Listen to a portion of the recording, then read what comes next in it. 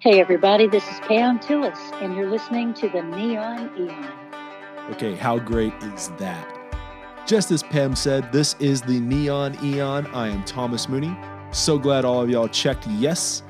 Our arms are staying up all night for all you queens of the double wide. Queens of Memphis, you pick up men and brand new men, you jukebox junkies, and all of y'all who are part of the party crowd. All right, this is episode number 2 of the Neon Eon, where I am joined by Pam Tillis for just an excellent conversation and some incredible stories and insight behind some of her biggest and most iconic songs. For starters, thank y'all so much for making episode number 1 with Clay Walker really climb those iTunes podcast charts. If you haven't checked that one out just yet, be sure to go listen to that one right after this one right here with Pam. You know, I'm not going to lie. I thought starting a podcast focused on the country music of the 90s was a pretty solid idea, but I'm still blown away by all of y'all who have subscribed and downloaded the Neon Eon, and of course, the artists and people behind the scenes who have reached out and been so helpful. By no stretch am I saying that launching this podcast has been easy, but it has been going a lot easier than I initially thought it would. A few things before we kick this one off. Wherever you listen to podcasts, hit that subscribe button. If you're listening on iTunes, go ahead and give the podcast a 5-star review. In that review, go ahead and mention some of those artists who you think should be on the Neon Eon, and we'll try and get them on this year. If you're over on Twitter, Instagram, or Facebook, go give us a like and a follow to stay up on the conversation. We're over at the Neon Eon everywhere, and of course, I will throw all those links into the show notes for easy access. And another great way to be part of the conversation and to help this podcast out is by signing up for our Patreon. I won't bore you by listing off all the tiers, but if you're wanting just a little bit more Neon Eon content, head over and check out the Patreon. You'll be privy to some of the guests before episodes are officially out, extended cuts of these episodes, and yes, some good old Neon Eon merch as well. But above all else, the easiest, most simple way of helping this podcast grow is to simply subscribe, share, and tell all your buddies, pals, family, and basically everyone that you know to check out the Neon Eon. All right, let's go ahead and just jump into this conversation. Here is the one and only Pam Tillis. What I kind of want to start off with is, you know, in the late 80s, you had been doing a lot of, I guess you were as a staff writer, and you had been writing as a staff writer before you had officially, you know, got your recording contract. How do you think that that helped out in the long run as far as just kind of having maybe more of those established relationships with other songwriters?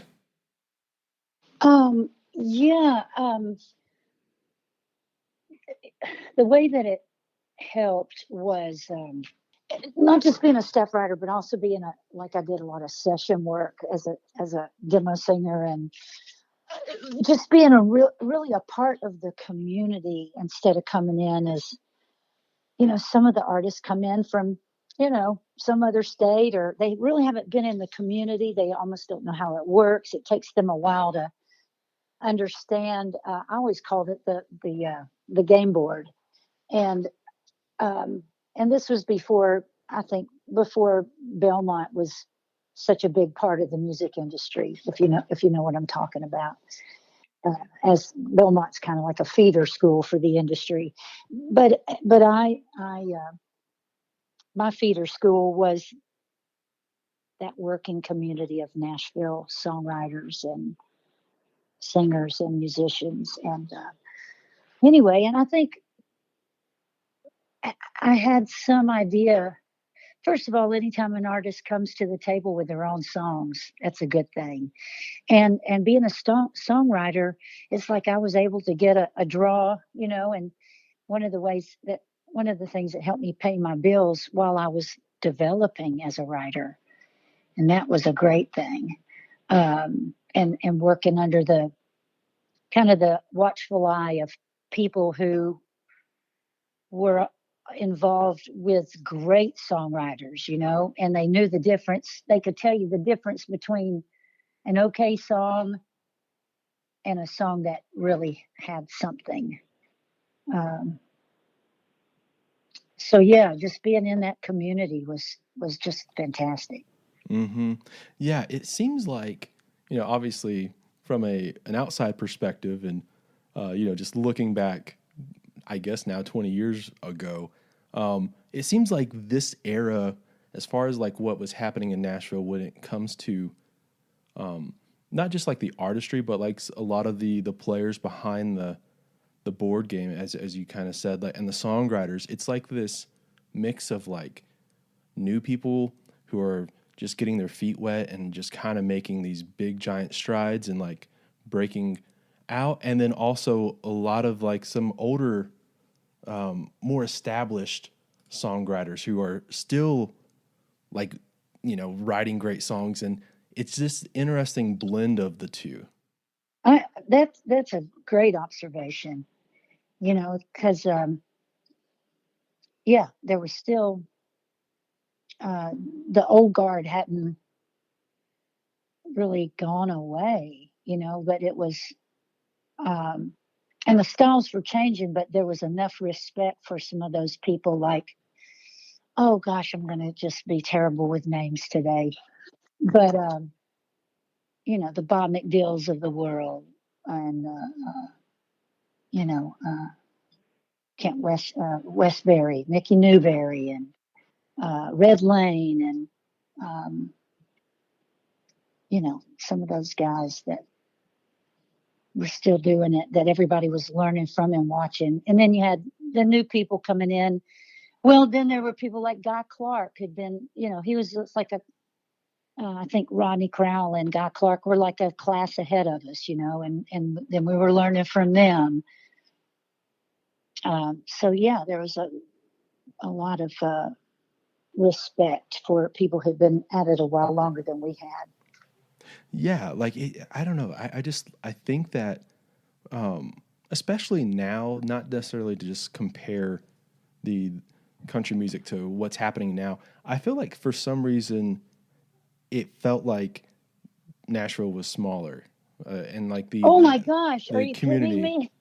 It was so much. Well, it's funny because it's all relative, right? I even named a Mm-hmm. record that. But because in my dad's era, it was really small, but it still had, uh, I have to fight from getting emotional about it because um, it's really weird. Uh, it's just a strange feeling if you knew what it was like. All the publishing houses, all the publishing companies were in little houses on Music Row, and everything was very centralized down there on the row for the most part. There was a couple of studios in Berry Hill and a famous one in Franklin, but for the most part, it was, and everybody knew each other, and there were certain watering holes that everybody went. There weren't that many venues, that were a part of the development of people. There really weren't. So yeah, it was real easy to know who was who, and feel connected to everybody in a way. And it's just impossible now. It's too big. Um, it's too big. I mean, I don't mean it's too big like but it's too big to really.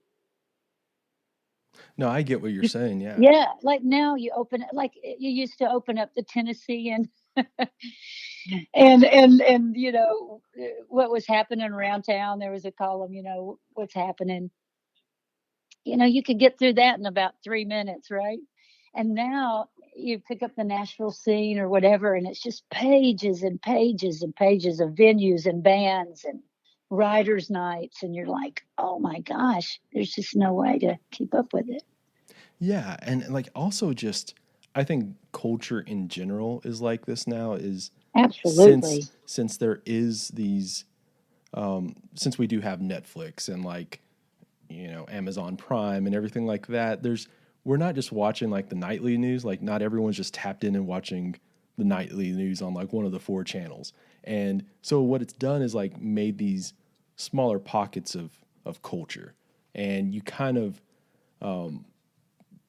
like you just kind of stick with your people versus like having just kind of the I guess there's less things that transcend. You know what I'm saying? I do. I do those things that you all kind of are drawing from. Yeah, like when I know exactly what you mean. I think it's become, like you said, people have their camps. There's cliques of creativity and pockets um, and with the I always heard that I only spent a little bit of time in LA doing some different things on the West Coast in LA and Northern California, Bay Area. But it seems like Nashville's kind of, in a weird way, kind of become like how I perceive that scene out there. People have their home studios. Everything was in the studios back then when I was on the coming up on the streets, so to speak, in Nashville. The studio scene was very alive with demos and recording, and now some of that there again that's been decentralized because of the home studios. And big producers have big home studio. It's not like the quality's gone down when you say home studio, you know um, but it's not the studio scene's not at all what it was. Yeah, like it's one of those weird things where it's easier to make a record anywhere, but it's since like there is so many since you're able to do that, like it's maybe harder to be heard because like you're just there's just a wave and wave after wave of artists being able to make records. And as a journalist, I could like I'll fully admit like that can be overwhelming at times. Not at times, like all the time actually. But No, I ask myself that all the time: is how does anybody rise above the pack now? It's very hard to understand it sometimes. Like what it seems so daunting to me. I mean, it was hard then. It's not like it was easy. yeah, like that's it's this weird thing where as you kind of say, like it's all relative, I guess. Like you guys, it's not like you guys had it any easier. It was just different. But I feel like one of my favorite things about the 90s of as far as like country music goes is just how organic it felt. It felt like you guys were both pushing forward in country music, but also obviously like the neo-traditional sounds. Like you guys were both looking like stepping forward and looking back at the same time. You know, looking back now, does that did it feel like that in the moment? Did it feel like you guys were both like advancing country music, but then also paying, homage to the stars of the past? And I don't know how much of that was intentional, but it did feel like you were building on something, and somewhere along the line, and that something was the country music of even the 50s, 60s, and 70s. There was that, things survived in 80s and 90s country from those earlier eras. And today's country, at a certain point, started drawing from other wells. And in the 2000s, there, things came in. A lot of arena rock ended up, and there was a reason for that. Country music was getting so popular and so big that when you play this is my opinion, when you started playing these big venues, that power of arena rock, and plus what the artist of that era had grown up on, um, that all of a sudden you weren't pulling from 70s country anymore. You were pulling from, you know, uh, Bon Jovi and Motley Crue and I don't know, AC/DC, honestly, Bruce Springsteen. I mean, this was what started impacting that's when the change started happening. Yeah, like I have this theory that like even though we're talking about how there are these pockets of you can find your own little camp and not have to leave your neighborhood, if you will. At the on the other side, like the top 40 music is just kind of being homogenized into one thing, and that's like country and hip hop and pop and rock and roll. It's all just becoming this one sound, and you don't like it. In a lot of ways, it's like this very sterile environment where it doesn't feel like it's it doesn't feel like there's anything to distinguish it. It's not colloquial. I'm sorry, did I say that word right? Colloquial. Mm-hmm. It's not. And here's another thing that shifted because this is a deep. I'm going to have to listen to what some of your other people in your podcast say. These are just my humble opinions and observations. But um, when radio started getting consolidated and programming started happening, it was still kind of regional. In the 90s, there was still a little bit of that feeling of like what made it in the Northeast and what made it in the Southwest and what was the California market like and what was the Southern market like. You know what I'm saying? And none of that was there were still programmers at individual stations, and so that each region had kind of a flavor, and you could build a following, um, in an area, and so that you could have different flavors for different areas. um, I always have, yeah, and then when everything started getting digitized, and radio stations started consolidating, and you started getting um, programmers that would program basically the country. That's when things started getting really homogenized. That's my opinion. Yeah, no, I think that's some incredible insight. Like it's um, like this is one of my favorite things to do is like to go back and look at what was um, I guess like the charts of like random date in 93 or whatever 94, it doesn't really matter, but or like look at like for example if I was looking through your single catalog, like what was released as singles, um, like there's some songs in everyone's catalog that is where like the single maybe peaks in the 30s or in the 20s or even some stuff that's like in the 80s, and you go, well, why was that necessarily, why did it not go to like the top 10 or top 15 or 5 or whatever? And I think that like one of the reasons is these little pockets of America, is you're kind of talking about, where maybe you didn't necessarily release it as a single, but in this California market, they absolutely loved this song, and they were being played. That song was being played in that region, and then over, I guess like just as far as the number counting goes, that's why it's at like 83 or 50, whatever. You know what I'm saying? I think that like that's why you saw a little bit more of a diversity as far as like some of these hidden gems, if you will, that were like not necessarily Yeah, released as like yeah, full on singles, but had right. radio play.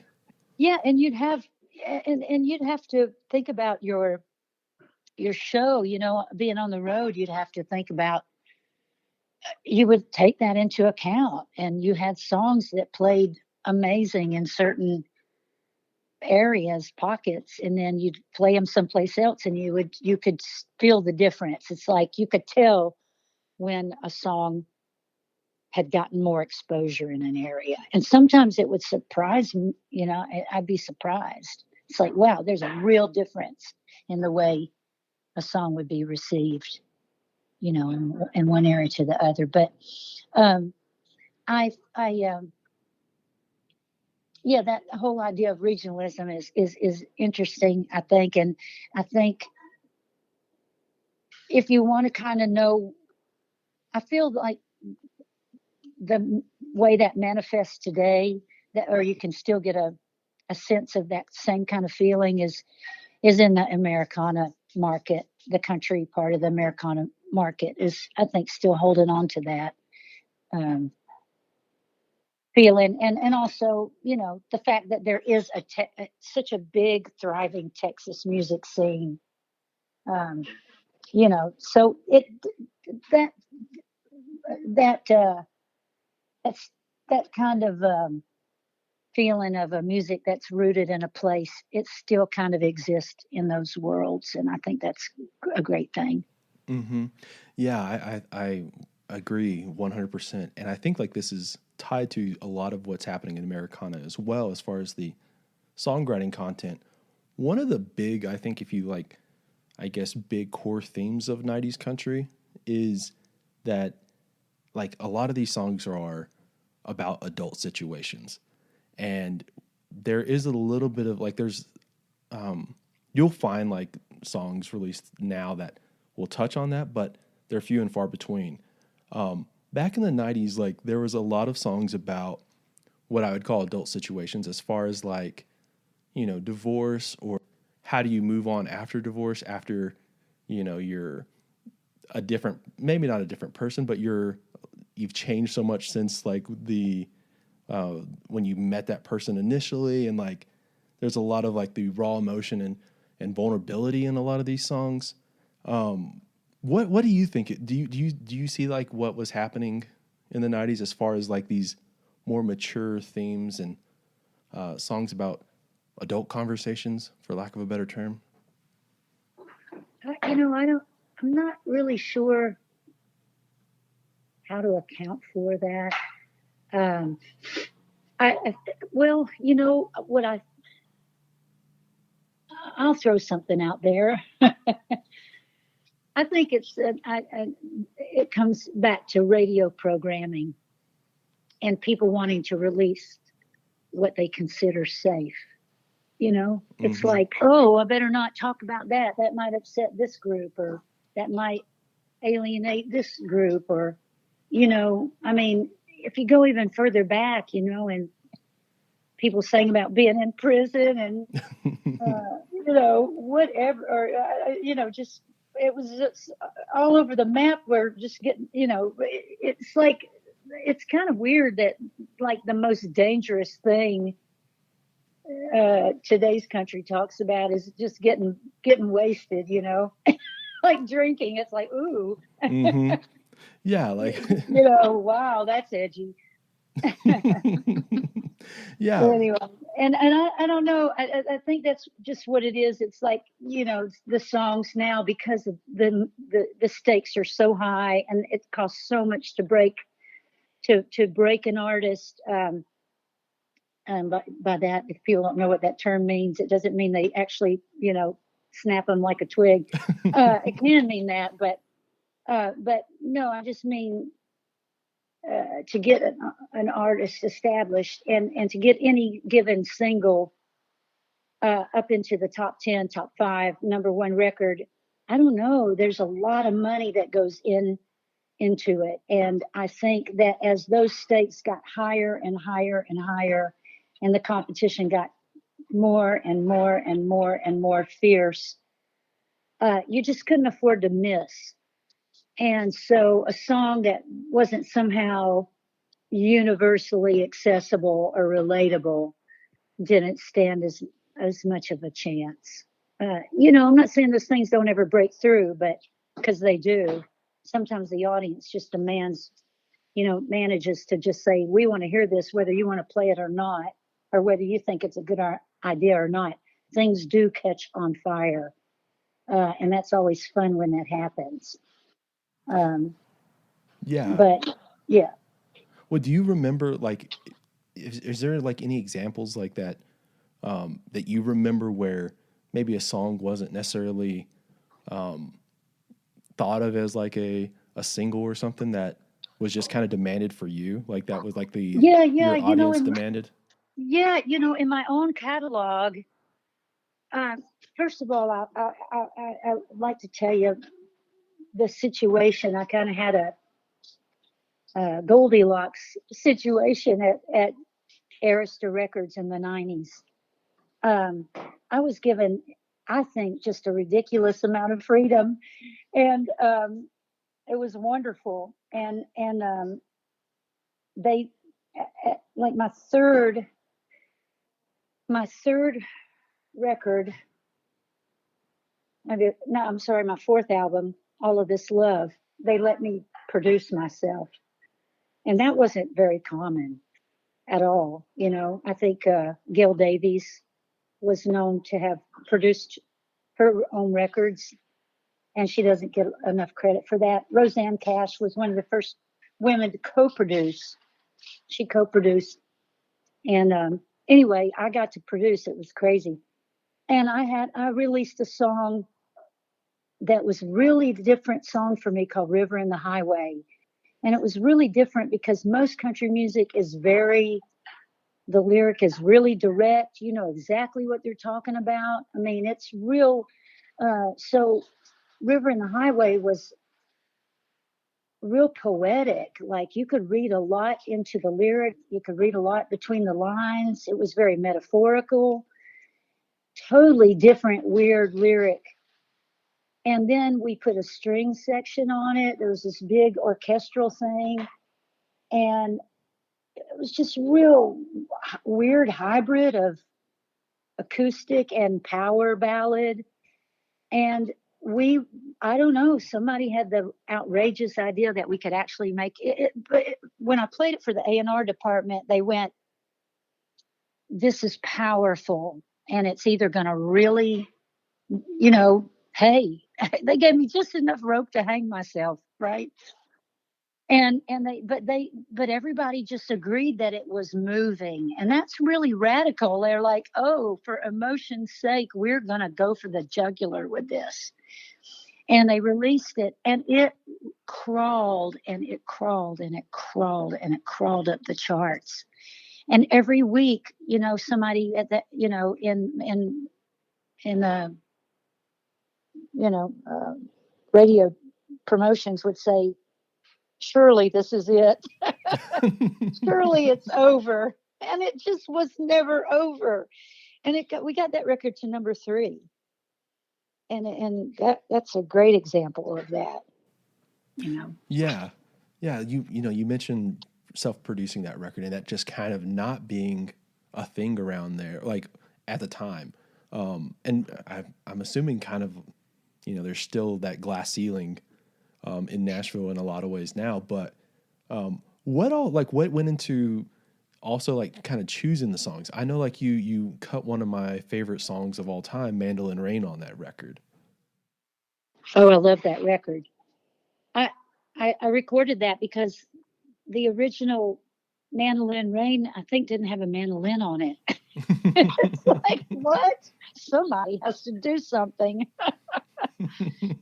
Oh man. So anyway, yeah, I love that record, and I just got to do what I wanted to, and but you know what what was funny to me, that record was it wasn't maybe I think it might have gone platinum eventually, but it wasn't as big as some of my other records, but there was a nice organic sound. I think that was a little bit ahead of its time. This was right before the Dixie Chicks kind of came out, and I think some of their records and some of the stuff that I was doing on that record ended up playing out with some other artists. And anyway, I don't know. Yeah.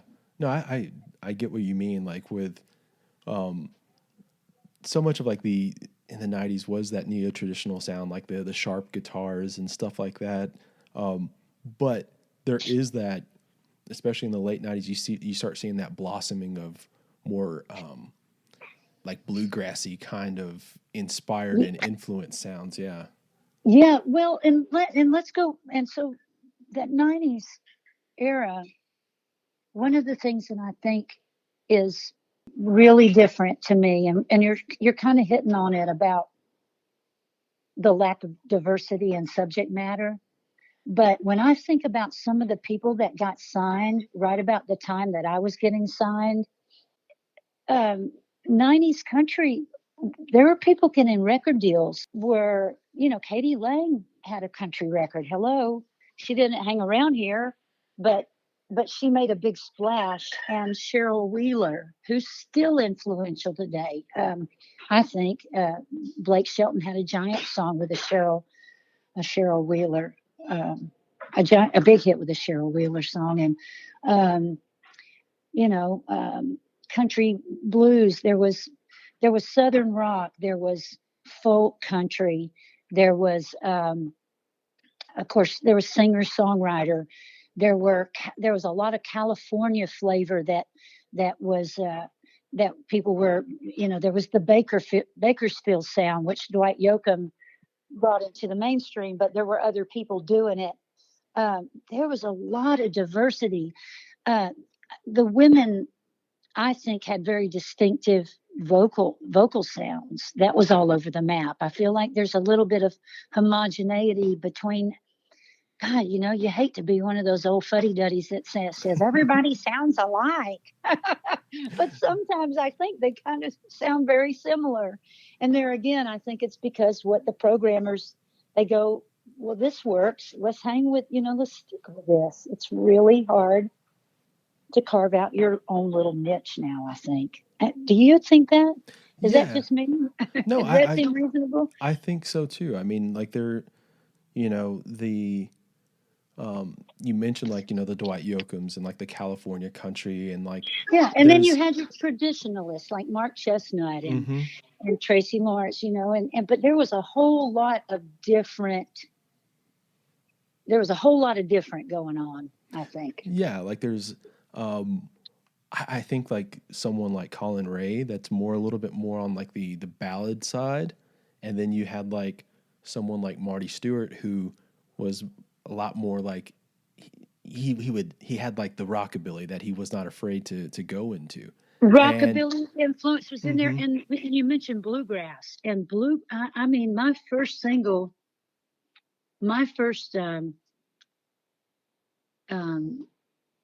sing country single for Warner Brothers Records was really had a very grassy overtone to it. It was called Goodbye Highway, and Vince Gill wasn't even a country singer yet. He was coming out of bluegrass, and he sang harmony on it. And yeah, I had Bill Monroe play on a song of mine on my first record called Till All the Lonely's Gone. And because when Newgrass Revival came in, I think they were influential in saying, hey, we can mix this up. And Ricky Skaggs was huge. He was a really great purveyor. I think he was a pioneer in country music, marrying old school country with blue. He brought his bluegrass roots in, and with modern country production. Keith Whitley, oh my gosh, yeah, those guys were out of John Starling had a record deal, who was out of the Seldom scene. What a rich time it was. Just so many different types of artists. Mm-hmm. No, I 100% agree. Do you think like part of that is because of, again, we're going to bring up the theme of like, these regional sounds, but do you think it has to do with also like these artists, not necessarily establishing themselves, but like before they moved to Nashville, but definitely still, playing around in like their little, wherever they're from before moving. And like, maybe they're just being a little bit more of an established aspect of their sound and their image versus like just moving to Nashville at such an early age and just kind of being clean slate. And then like I mentioned, a lot of people come through Belmont, and so they're kind of all influencing each other before they've really formed themselves. They're coming as kids. And it seems like in my era, people were they were bringing something with them.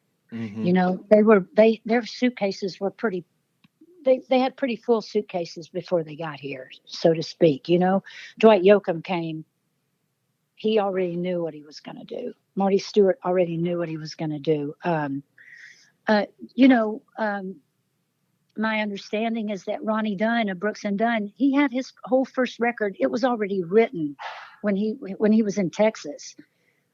If I'm wrong, I'm sure Ronnie will set me straight, but that was my understanding. Yeah, these people came from something and were already steeped in.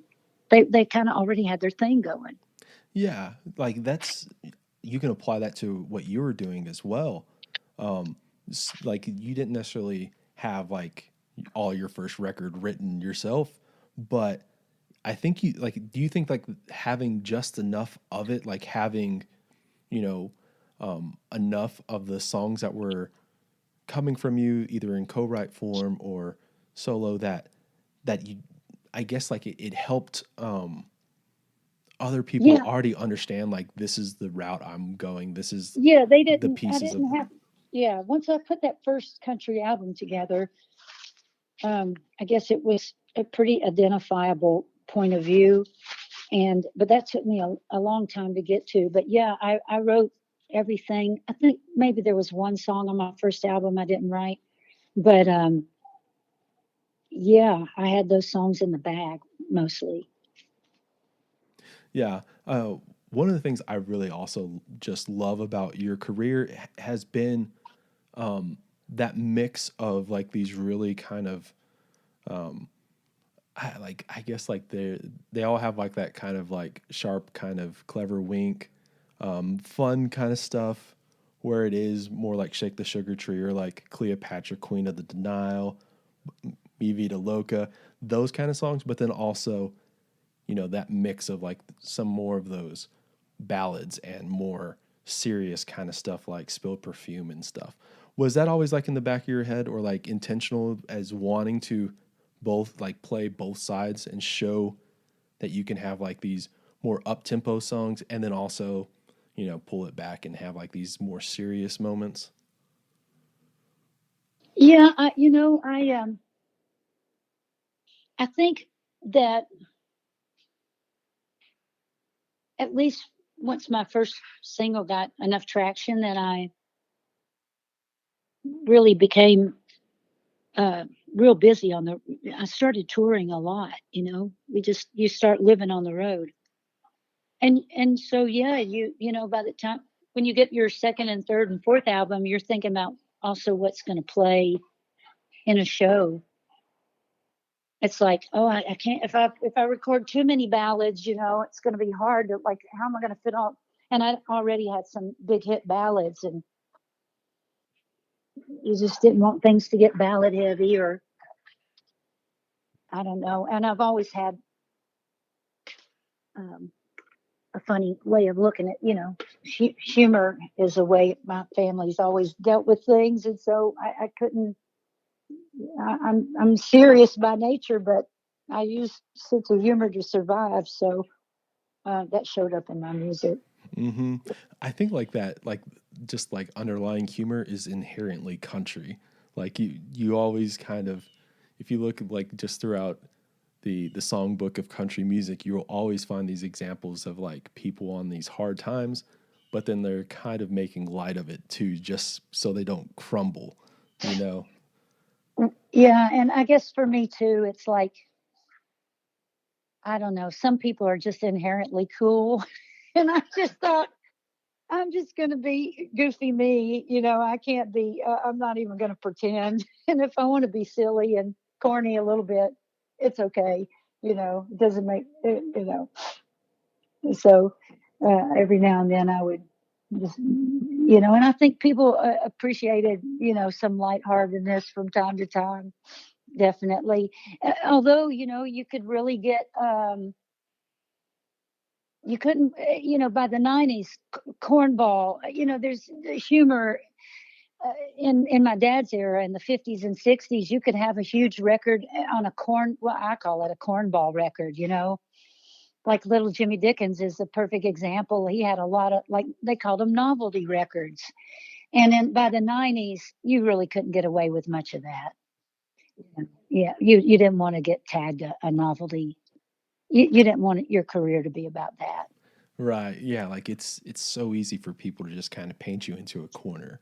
Once Yeah, you, yeah, yeah. Um, definitely. you touched on something that I wanted to go a little bit further into, and that is obviously we've already talked a little bit about you being a songwriter before you had signed on as really like being a performing artist, and this is one of those things that a lot of artists go through as far as that they are writing their record and they're just finding out who they are before they break out, and then all of a sudden your time gets divvied up between performing and recording and just having to do all these other things that are just part of the deal, media Yeah, and interviews yeah, and all yeah, that kind of stuff, and there's just so yeah. much less time for writing. Did you have to be more intentional with your time, like, or did you have to like when a song idea popped up, did you have to like I guess maybe cherish it a little bit more or anything like that? What was that like? Well, it's different for everybody. My own situation is, I guess, kind of unique to me. First of all, there's just different kinds of artists, and there's the artists that were really good at saying no, so they didn't live on the road all the time. They were very protective of their writing time, and I just, I just, I did love to perform, and so I just went all the time. And the other thing for me, the writers that I noticed seem to really do well with keeping their own songs on a record and really um, keeping the songwriting thing going. Um, it seemed like they somehow could write on the road. I know I can think of like different artists that would bring songwriters with them on the road, and and they'd do their shows, and then the next day they'd get up and they'd write, and then they'd do their shows. My songs, in my case, I started writing less and less and less because um, my songs were so damn hard to sing. I mean, I really recorded songs way up high in my range, and if you think about a song like maybe it was Memphis, and you sing that 300 times a year, with bad monitors, I just could never write, and I could never give everything I had to my show and then wake up the next morning in some hotel and start writing. I never could do that. So that's just me, and it's different for everybody. So what I would tend to do is, I'd just go on writing jags, and usually you think the road would slow down a little bit January and February. I try to collect songs all year, collect songs idea, and I did cut a fair amount of outside material, more and more as time went on. Uh, but um, but I'd go on writing jags, where you'd go through old demos and rework things. Like Spill Perfume was a rewrite of another song, and that I ran across while I was furiously digging for material for my third album. Well, that must have felt like, you know, finding a diamond, that you forgot you had, because like It that was pretty. song is. It was pretty cool. Yeah, yeah. It was just a phrase in a second verse of another song, and um, I was listening to that song, and I went, "Well, I always liked this little song, but I don't know, just that particular time I listened to that old demo, that phrase jumped out at me, and I did. I got an immediate reaction. I got chills, and I'm like, "Oh my God, how did I miss this?" So Hmm. it was good. Okay, so was that like, because that's a co-write with Dean Dillon? Was that like a he was involved with like the previous version of that song, or did he come in later? Like, what was, I guess, like the order as far as that goes? No, he was not involved in the original song, and you know, so I surgically removed that uh, phrase from the old song, and I'd been wanting to write with Dean for a long time. I'd known Dean since I was a kid. He used to hang around my dad's publishing company, and I watched him turn into, go from being just this long-haired hippie, young guy hanging around some of the old writers, learning everything that he could learn from them and bringing his own talent into, he's like, by the time my career was going, people would always say Dean Dillon is like, with tones of, reverent tones. It's like, oh, Dean Dillon, because by that time he'd written, there'd be no, I mean, without Dean Dillon, George Strait wouldn't, it was just, George Strait, Dean Dillon was hugely responsible for George Strait becoming a megastar. So anyway, and by by the time I got around to my third record, um, I told Dean, I said, I really want to. He paid attention to me, so I had some hit records. It's like, okay, all right, with Tillis, and we got together, and um, I threw out the title. If you want to hear this little story, it's kind of funny. Absolutely, yeah. Well, I ran across that phrase, and which I thought was really the hook for a song. That's what we call in Nashville, the hook. And so I told Dean, I said, I'm really excited. I think I got a good idea for us. I can't wait to get with you. It's like, okay. So he came over to the house, and we broke out our guitars, and I said, well, and then out of deference, I said, did you bring anything? And I don't know. He threw out a couple of things that I don't think I could relate to. I don't think he was that excited about them either. And I said, okay, well, this is my idea. And I just told it to him, and he just kind of looked at me like, oh, okay.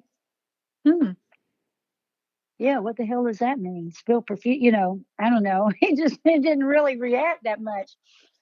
And Dean, Dean could write a hit song like, in a couple of minutes, really, standing on his head. But so you didn't really want to waste any time. It was kind of either going to happen or it wasn't going to happen. And so we sat there for maybe 2 or 3 hours. And, he just, we fished around. Sorry, I told you. We fished around. We fished around for something else to write. And I knew I was losing him. It's like he's either going to go to Maud's Courtyard to meet Harlan Howard for happy hour, or he's going to go to the lake, or he's going to the golf course. I'm losing him. And so finally, in a fit of desperation, I said, Dean, and I'm a little bit shy, I'm with somebody that I look up to so much, I've had that experience of just being almost nervous around. By that time, he'd had so much success, and I'm intimidated, right? So I'm trying to be as PC as possible.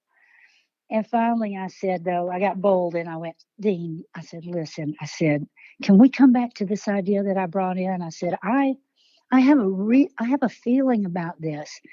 And I said, I really think it's something. I said, I said, how about if it went like this? And I'm not making this up. And looking back now, it's really funny to think about how it happened. I just started spitting out I said, what if it went something like this? And I just basically spit out the first verse. And it really did just kind of roll out of my mouth. And at the end of that verse, he looked at, I'm not making this up, it just sounds kind of funny. He looked at me and he goes, "Oh my God." He says, "I know that girl." Oh. Yes. Yeah. And then the rest of the song just happened. He said it was the easiest money he ever made. I mean, we finished it then in about 20 minutes. So, but it was just right there. And I knew it was more, the reason that it took him a moment, it was more personal to me because the song is about one woman giving a non-judgmental advice. She's not judging her friend, but she's saying, hey, you really need to be careful and you really need to think about what you're doing. And she's just going, well, we're all human, we all make mistakes. And I can see how you wound up there. um, but that big sister thing, it came natural to me. I'm the oldest of 6 kids, and I've been known to give a lot of advice. Nobody Yeah. ever took it, but Yeah, no, I think that's like it's one of my favorite songs you've done, and it does have like that balance of, because obviously like it's not in a judgmental way, but it's very much out of love, you know, like that's where that advice comes from. One of my favorite other songs that Dean wrote that you cut is All the Good Ones Are Gone. And I just think like that is such a criminally underrated song from the era. Do you remember like when you first heard that? When you okay. So let me. So not all my songs have good stories behind them, were but this one kind of does. So it's another time that I get back with Dean. It's like maybe a couple years late. It's a few years later, a couple years, 3 years, and we're going to write again. And we wrote something. I might have been in there with my brother Sonny. Anyway, so we finished our writing session, and I think we wrote something that we liked, something pretty cool, but nothing that went on to do anything. But at the end of the writing session, I guess Dean had written All the Good Ones Are Gone, just written it, and he says, "Hey, I want to play you something." And I'm like, "Oh, great, yeah, sure. Let me hear it." But he wasn't really playing it for me. He was just, I didn't kind of know that. I'm like, okay, I think he just had just written it and he was high on it and he wanted to show it off. Yeah. And because I was confused, so he sang me the song, and I will tell you, it hit me like a ton of bricks. I mean, I was just floored. And I'm like, okay, I need that. I need that song. And I don't think I was real cool about it. he said, he said, well, he kind of stammered, was like, it's on hold. And like, and then I was kind of mad. I'm like, why the hell would you play me what I think could be, is a giant hit for me? I mean, from the moment I heard it, I felt that. I said, why would somebody be so cruel and then tell me it's already on hold? Thanks a lot, And so anyway, um, so I got, I got, I remember driving home from the session. I think I talked him out of getting a copy of it. Uh, within the next couple of days, I had a copy of it, whether it was on hold or not. And I said, I can't. All I know is that I remember just shortly after that, listening to the song in my car. Hang on a minute. I get my facts muddled. I left the session and I'm driving home. And before I ever got into my house, I had booked in my mind, I had booked the players of the session. I'm going to cut this song, right? And that's when I called and said, yeah, we verified it. Yeah, it is on hold. And the weird thing is, I can tell you this now, it was on hold for a man, which to me, it was such a woman's song. Like a Mm-hmm. woman had to sing this song. And I'd had luck with that before. Don't Tell Me What to Do was originally recorded by Marty Stewart. And when I first heard it, I thought that needs to come from a woman. And, but anyway, so I had this, I'm like, oh, it was, to tell you the truth, it was on hold for Sammy Kershaw. And like, uh, that just didn't make any sense to me at all. It's just like a woman has to sing that. So the record company put it on hold. Put it on a backup hold. And we were supposed to have, if Sammy decided he wasn't going to cut it, I'd get the next swing at it. Well, that label, and I can't remember the other label we were dealing with. They did something not so cool. They just kind of casually didn't mention when Sammy let it off hold, and they had already given the song to some band that never made it, and they were in development, and they were going to cut the song on this developmental band. It was just one of those inside things, and somebody had connections and blah blah blah. My record label raised a really big stink with the publisher, and they said they really. I mean, it got political. It did, and it's like, if you guys want any more songs put over here on this label, because it didn't make any sense, that they, first of all, that was unethical what they did, because they had promised me the song if Sandy took it off hold, and so they're like, oh, you're right, we'll give it. They backed down and gave me the song, and yeah, it was one of my biggest songs in my career. It was nominated, but there's been 2 or 3 times that I've had a visceral reaction to a song.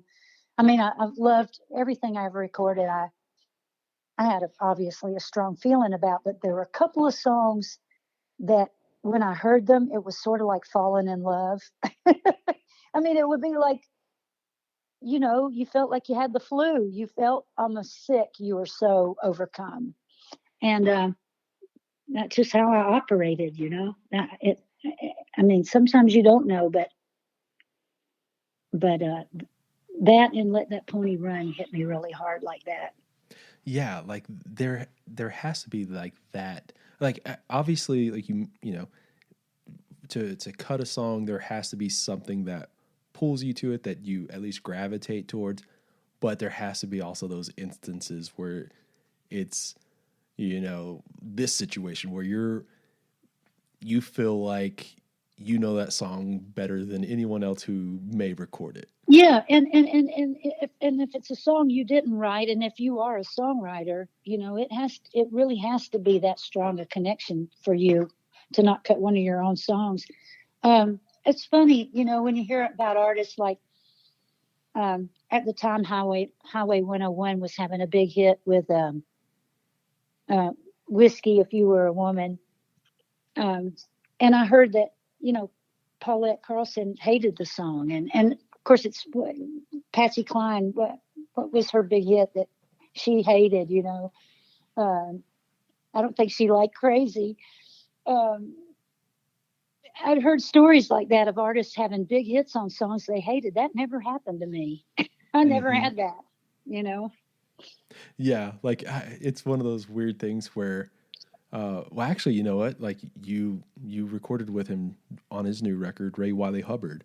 He, I've known Ray for a while now, since I've been doing this journalism stuff, and one of his things that he told me pretty early on was, when he was talking about the song "Up Against the Wall," Redneck Mother, is that, if you're gonna cut it, you better you better, I guess, like, be okay with playing it your entire career, and then be okay playing it as like an older gentleman or an older woman, because it's, if it's one of the hits, people are going to at least want to hear it, and you can't fault them necessarily for that. Yeah, Lori Morgan and I talk a lot about this, and I say, if I'm in my 80s singing "Shake the Sugar Tree," please put me out of my misery.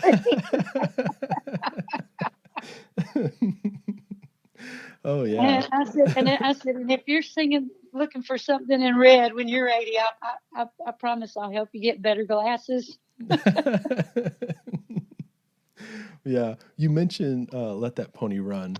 That was written by Gretchen Peters, who you had a strong pull to that song when you heard it. What was it like? What's the story behind the first time you kind of heard that song and everything? It's funny. There's kind of a little bit of a theme there. It's also about a person who's really been, this woman has just been through hell. And, and the singer is kind of applauding her grit and gumption and just saying, you do what you got to do. And I just was so matter of fact of like, this woman's just going to do whatever it takes to make herself happy and survive this. And just had the melody and the rise and the melody and the chorus, the big chorus. And, um, when you mentioned Gretchen Peters, one of the things that I felt maybe in a way we're just kind of getting back to in country. The 90s, there was just for me, I felt like women, the females in country music, were not having to play down their intelligence, and the songwriters behind the songs. We're talking, very smart women. Um, Gretchen comes um, from a really educated family, and Matresa Berg is, those women were readers and writers and had a literary bent and understood things on a whole other level, way beyond, the hit parade, right? And there was just a lot of intelligence that we weren't having to play down to the audience at all. I mean, that was pretty darn cool.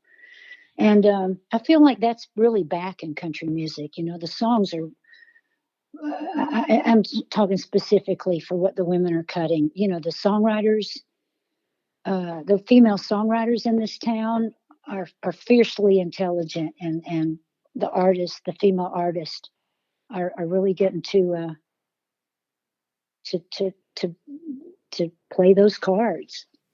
Yeah, no, I agree. Like, actually, I do have that written down here to ask you about, and that's like, you know, you have like these established pioneers who, like Loretta Lynn, and you mentioned Patsy Cline and like Dolly Parton, having like these really strong, perspectives as women and like strong characters as women, and that's a part of country music history.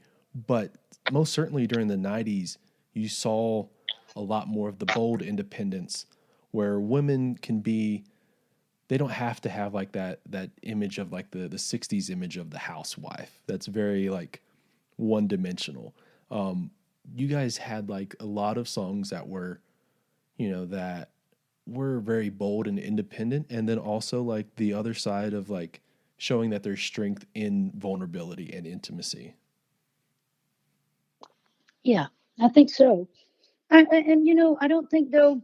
I think people turned that into a marketing thing. That idea of the strong woman. It's at least back in the 90s that like, oh wow, this is a thing. I don't think anybody set out for it to be a thing or trying to capitalize on it.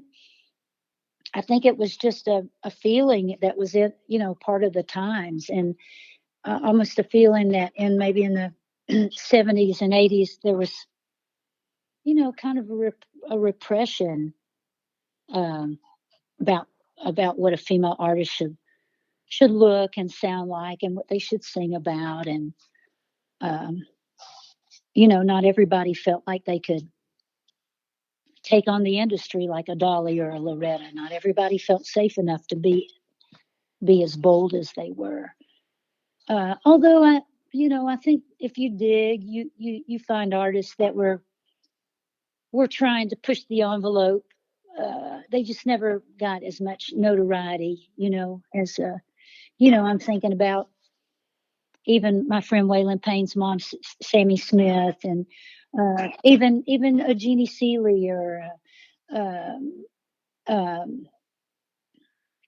Lacey J. Dalton or Gus Hardin, or those women were trying to push the envelope. I think they were. They just didn't rise to the heights that, like you said, your Patsy and Loretta's and people like that. Where they, those legends. But there's always been artists trying to bust out of the box.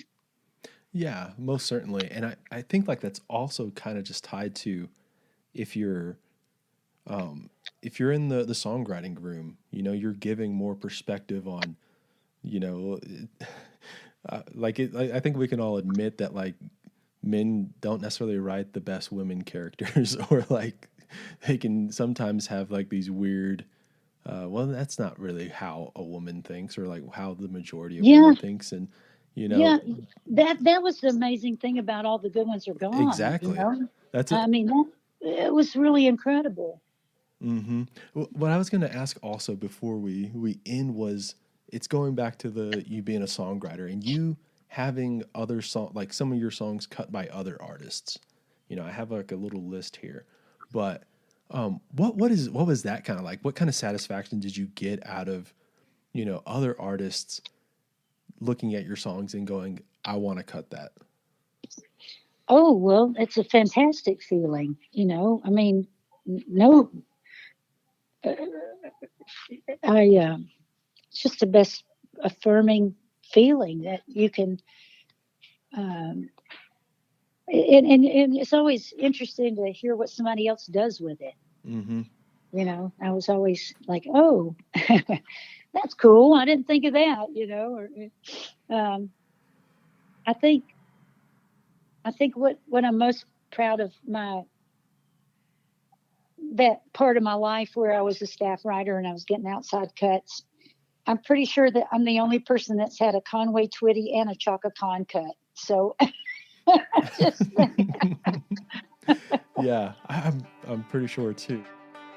Yeah, like it's been really, really great talking with you today about all this stuff. Thank you so much for taking some time out of your day to have a conversation about 90s country. And thank you. I'm glad it's probably good to dredge some of this stuff up before I forget it all. It's good to sweep out the cobwebs. But I'm thankful that it was a great time.